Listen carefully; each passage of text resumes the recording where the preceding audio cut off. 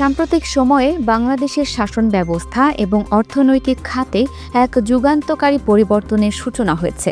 অন্তর্বর্তীকালীন সরকারের উপদেষ্টা পরিষদের বৈঠকে ডিজিটাল নিরাপত্তা আইন ডিএসএ বাতিল এবং নতুন ব্যক্তিগত ডেটা সুরক্ষা অধ্যাদেশকে চূড়ান্ত অনুমোদন দেওয়া হয়েছে, যা দেশের ডিজিটাল নিরাপত্তা এবং জনগণের ব্যক্তিগত তথ্যের সুরক্ষায় এক নতুন দিগন্ত উন্মোচন করেছে।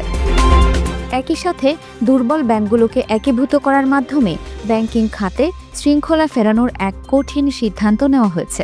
বৃহস্পতিবার ৯ অক্টোবর সকালে প্রধান উপদেষ্টার কার্যালয়ে বসে উপদেষ্টা পরিষদের বৈঠক। প্রধান উপদেষ্টা ডক্টর মোহাম্মদ ইউনূসের সভাপতিত্বে অনুষ্ঠিত এই বৈঠকে যে কটি গুরুত্বপূর্ণ সিদ্ধান্ত এসেছে তার মধ্যে ডিএসএ বাতিল এবং নতুন ব্যক্তিগত উপাত্ত সুরক্ষা অধ্যাদেশ ২০২৫-কে চূড়ান্ত অনুমোদন দেওয়া অন্যতম। এটি জনগণের দীর্ঘদিন ধরে দাবি করে আসা মত প্রকাশের স্বাধীনতার জন্য একটি বড় বিজয়। আগের ডিজিটাল আইনের কারণে দণ্ডিত ব্যক্তিদের খালাস দেওয়ার উদ্যোগ নিয়েছে সরকার। এর মাধ্যমে সব মামলা বাতিল করা হবে বলে জানানো হয়েছে। নতুন ডেটা সুরক্ষা অধ্যাদেশটির মূল লক্ষ্য হল বাংলাদেশের আদালতের এখতিয়ারকে আন্তর্জাতিক প্ল্যাটফর্মগুলোর উপর কার্যকর করা।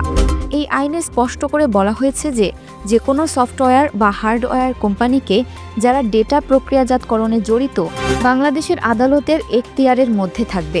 অর্থাৎ আদালত যদি মেটা বা ফেসবুকের মতো প্ল্যাটফর্মকে কোনো নির্দেশনা দেয় তবে তারা সেটির মানতে আইনগত বাধ্য থাকবে।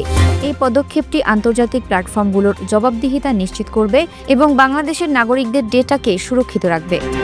দেশের অর্থনীতিতে শৃঙ্খলা ফেরাতে উপদেষ্টা পরিষদ একটি সাহসী সিদ্ধান্ত নিয়েছে। দুর্বল ৫টি ইসলামী ব্যাংককে একত্রিত করে একটি নতুন ব্যাংকে রূপান্তরের অনুমোদন দেওয়া হয়েছে। এর মাধ্যমে ব্যাংকগুলোর আর্থিক সংকট মোকাবিলা করা হবে। এই ৫টি সংকটাপন্ন ব্যাংক একীভূত হয়ে সম্মিলিত ইসলামী ব্যাংক বা ইউনাইটেড ইসলামী ব্যাংক নামে যাত্রা শুরু করতে পারে। এই একীভূতকরণের প্রক্রিয়া সফল করতে সরকার ২০,০০০ কোটি টাকা সহায়তা দেবে। প্রাথমিকভাবে প্রস্তাবিত নতুন ব্যাংকের অনুমোদিত মূলধন ধরা হয়েছে ৪০,০০০ কোটি টাকা, যার বিপরীতে পরিশোধিত মূলধন হিসেবে প্রায় ৩৫,০০০ কোটি টাকার প্রয়োজন হবে। এই ধরনের বিশাল অঙ্কের বিনিয়োগ এবং সংস্কার দেশের ব্যাংকিং খাতকে শক্তিশালী করার জন্য অপরিহার্য। এই সিদ্ধান্ত প্রমাণ করে যে সরকার দেশের অর্থনৈতিক স্থিতিশীলতাকে সর্বোচ্চ গুরুত্ব দিচ্ছে। এই সিদ্ধান্তগুলো কেবল প্রশাসনিক বা অর্থনৈতিক নয়, বরং এর সামাজিক এবং রাজনৈতিক গুরুত্ব অপরিসীম।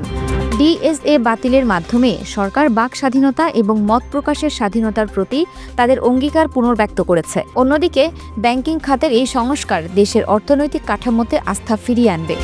এই দুটি সিদ্ধান্তই ডক্টর মোহাম্মদ ইউনূসের নেতৃত্বাধীন অন্তর্বর্তী সরকারের জন্য একটি বড় সাফল্য হিসেবে দেখা হচ্ছে। Multimedia desk, Dinajpur TV.